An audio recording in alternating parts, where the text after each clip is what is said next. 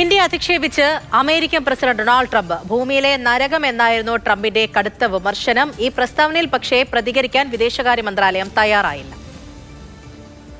Radio അവതാരകൻ Michael savage എഴുതിയ കത്താണ് ട്രംപ് ട്രൂ സോഷ്യലിൽ പങ്കുവച്ചത്.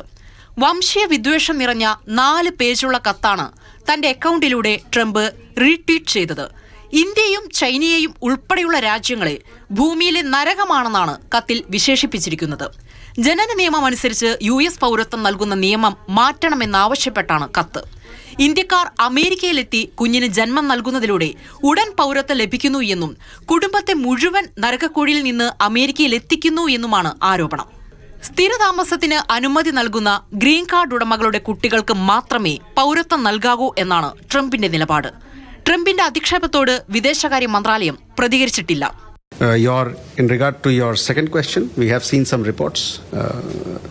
That is where I leave it. അമേരിക്കയിൽ ഏകദേശം 52 ലക്ഷത്തിൽ കൂടുതൽ ഇന്ത്യക്കാർ ഉണ്ടെന്നാണ് കണക്ക്.